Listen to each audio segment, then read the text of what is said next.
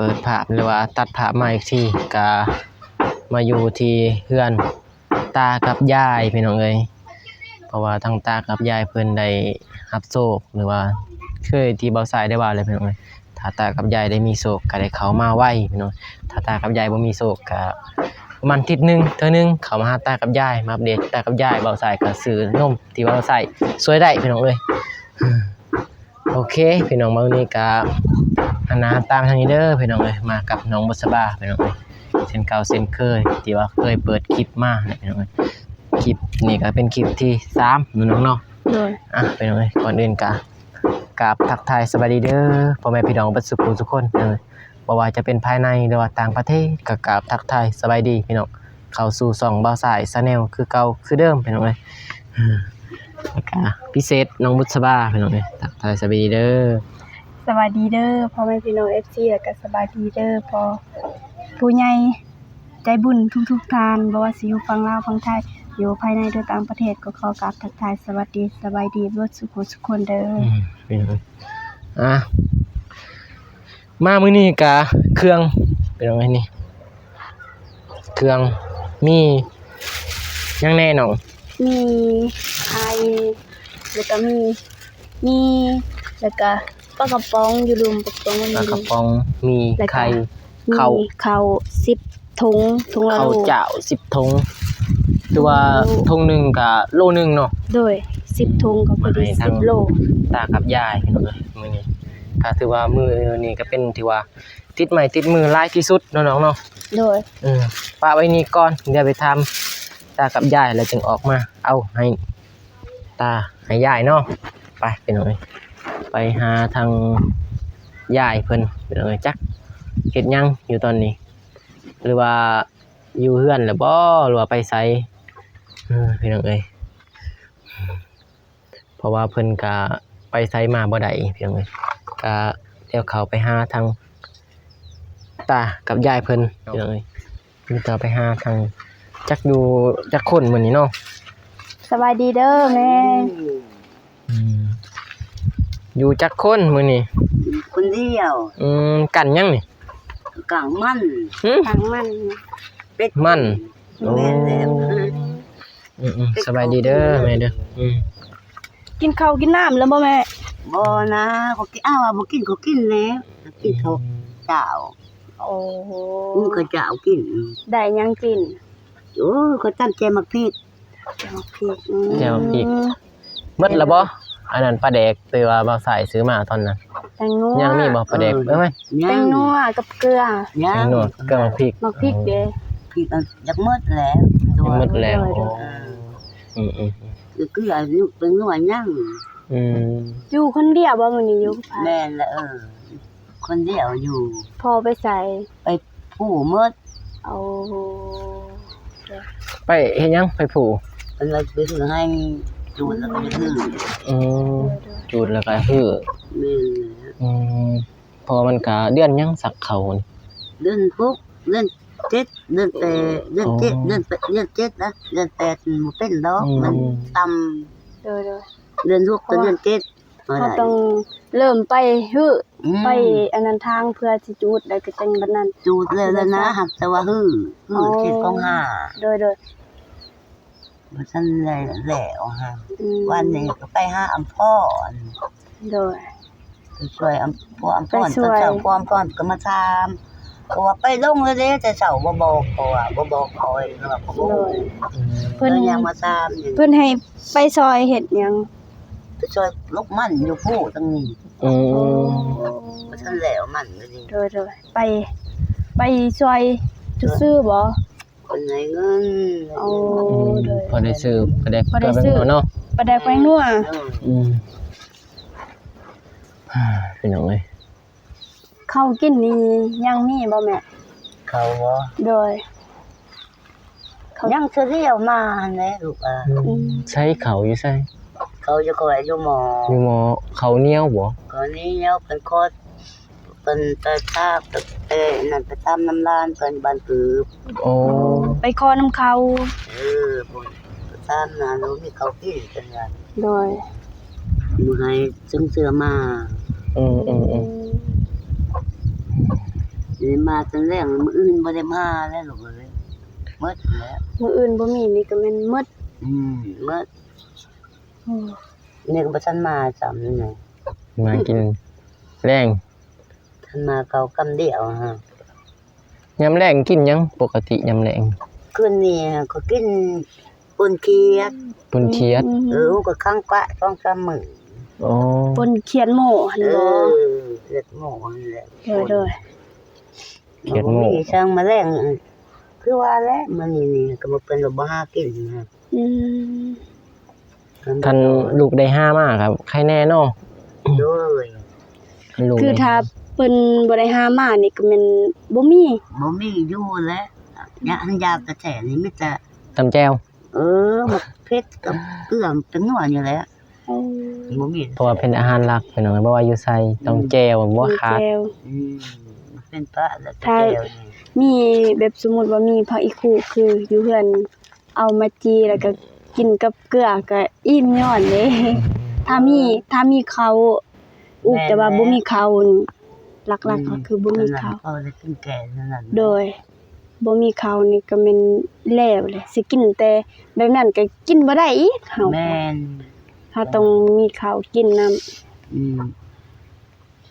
เราต้องมีแล้วแก้ม หนาวอยู่บ่อากาศ ด้วย ทางนี้ โอ้ยกลางคืนก็หนาวจำได้จำหนึง อืม อืม หนาวเนอะ นี่คือว่างานเลยเดือน3เดือน4ว่าเดือน3นั่นแหละ หนาวแล้วพี่น้องเอ้ยเพราะว่าแนวมันเบิ่งมีแต่ปองเนาะมีแต่ปองมีแต่หู้พี่น้องเอ้ยจะเบิ่งเฮือน บอกเดี๋ยว มีแต่ปองพุ่น ในลมบังเขา ปอง ถ้ายามฝนตกนี่มันหัวบ่ ต่อกันออกเลยเนาะ หัวบ่ยามฝนตกอีหยังนี่หัว มันแรงมันเนี่ยมัน นี่ก็ หัว เอาไป แล้ว บัด ยามันเนอะ โดย มันเจ็บมันก็ได้ โดย ไปมัดไผบัดนี่มุ่งได้แต่แดดได้นี่ แม่ แต่ว่าพ่นนี่บ่ได้ คนนี่บ่ได้มัดไผบัด เลย พ่นนี่แล้วโลดพ่น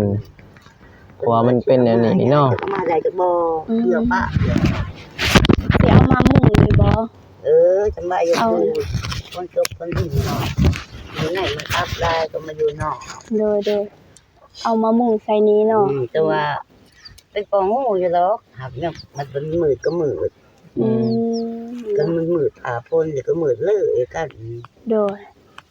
แล้วว่าพวกแม่ใส่ไฟนี้ใส่ไฟผ้าบ่หรือว่า ไฟเก็บแซงใช้ไฟเก็บแซง โดย จากปะมันจะล่างจนมันเสาแถวมืดที่ยินผู้ อืม มันพ้นตกจากนั้นมันสิหลาง โดย อืม มีใส่ไฟเก็บแสง อืมไฟเก็บแสงพี่น้องเก็บแดดนี่แหละ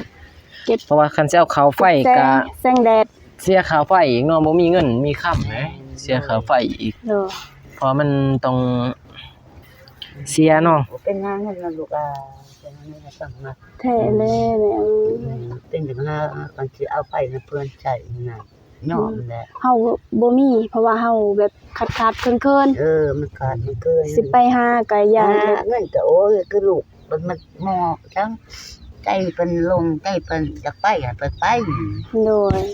ใจเป็นบ่คือเศร้าเลยบ่ไปได้ว่าเฮ็ดบ่ได้จมเลยนะว่าบ่ได้ โดยปกติภัยเลย จะเฒ่าเนาะ บอกจุบเพื่อนผู้หนุ่มมันนะ โดย ลูกบ่ ว่าเฮ็ดบ่ได้ตากแดดตากง่ายว่าฮ้อนเจ็บหัวตากลายก็เรียกว่า ตากแดดหลายก็เจ็บหัวแหละเฮาเฮ็ดเวียกหนักนี่กิน เพราะว่าคือนี่ แด นี่ ดตากฝน ตามบ้านช่างขึ้นเนี่ยก็เป็นไข้ อืม กินยา ไผเป็นไข้อ้ายเพิ่นบ่เป็นไข้ ที่เป็นไข้เลยก็มันเป็นไข้ แม่ในเศร้าแล้วบ่เป็นไข้ อันนี้มันเป็นครีมกามันนั่นแหละสิแห้งบ่บุกเฮาอยู่กับนั่นแหละอยู่ไป โดย สิมวนสิมิ่นคือเฮาบ่ไข้บ่มีนะ อืม ปีๆปาดๆเนาะ อืม เพราะว่ามันช่วงอากาศยามนี้พี่น้องเอ้ย อากาศมัน เปลี่ยนเลย แปรปรวน เปลี่ยนเลยอยู่ มันหอนได้ก็ แต่ของบุษบานี่ก็ยังแบบยังรู้สึกต่างดัง โอ้ยก็ให้ปอดที่เป็นปอดแห้งตื้อ โดย ขี้มูกไหลเลยหน่อยเลยเป็นไอเป็นจามเลย มันจะลุมนอนละไอ้คนแหละ ส่วนหลายคนที่ว่าเป็นไข้มันจะส่วงแบบหลังจากว่าเดือนหนึ่งมานี่ ช่วงเดือนนั่นแหละ อืม เดือนตัวมันต่างมาว่ากันว่าเดือนต่างมักเป็นไข่ช่วงตัวนี้ โดย เพราะมัน ช่วงเดือนเนี่ย สังเกตว่ามันเปลี่ยนมันสิเปลี่ยน มันสิเปลี่ยนอากาศ ภูมิอากาศ มันถ้ามันตกเดือน3มาแล้วมันสิมีฝนแน่ได้ ที่แม่นแหละ เนาะแม่เนาะ สมมุติไปฮอดเดือน6อีกเปลี่ยนอีกอากาศ เปลี่ยนตลอดแล้วนะ เฮานี่แบบเชื่อแล้วก็ จุ่มเจ็บเลยเป็นเลยแหละ โดย แต่ส่วนแล้วเฮาบ่แข็งแรงเนาะมันปรับไปบ่ทันนะ แม่ มันเปลี่ยนน้ำอากาศบ่ทันร่างกายของเฮามัน นั่นแหละเฮาจะเจ็บเป็นก้อยวางแล้วหั่นปีทั้งจะเป็นนี่นั่นแหละ อืม มันจะเข้าตกแหลงเนี่ยบ่เป็นวินที่ว่าเวียนลูกเต่าห้าออกจะนำบี้ โดย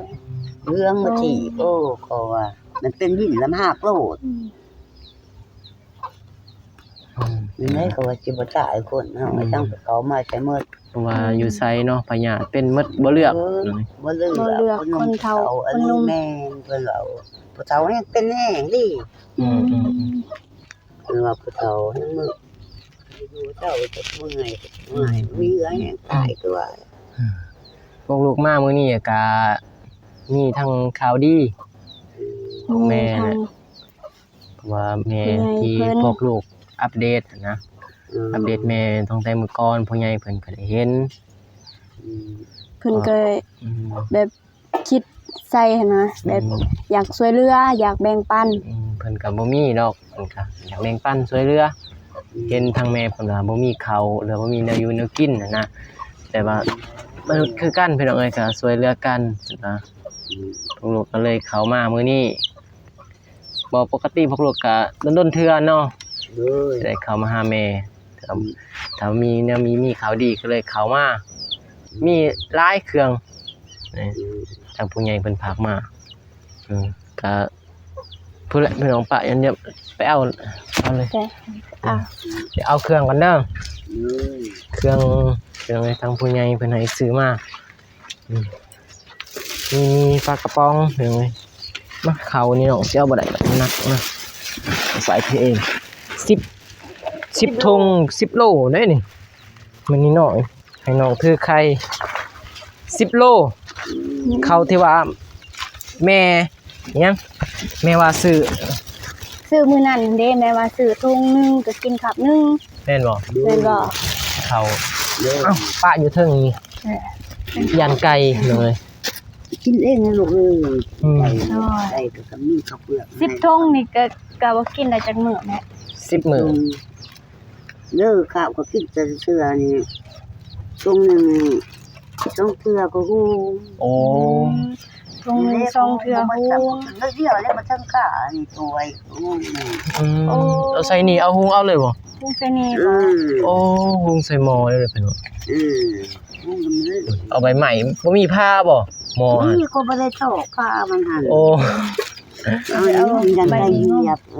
นี่เด้นี่ทางไข่แน่ปะทางนั้นได้บ่ปะ คือจักก่อนก็ได้ ได้ปะอยู่นี่ก็ได้เนาะ โดย หรือว่าปะอยู่เทิงก็ได้ยันนักหนอง จะมีอะไรบ่เนี่ยเลย เอามีปะก้อนมันจึงบ่แตก เอามีปลาก่อนบ่ อย่ามันเปื้อนแบบนี้ออกเลยก็ได้แต่ทง เอาออกมัน เรามีต่างปะอยู่ลุม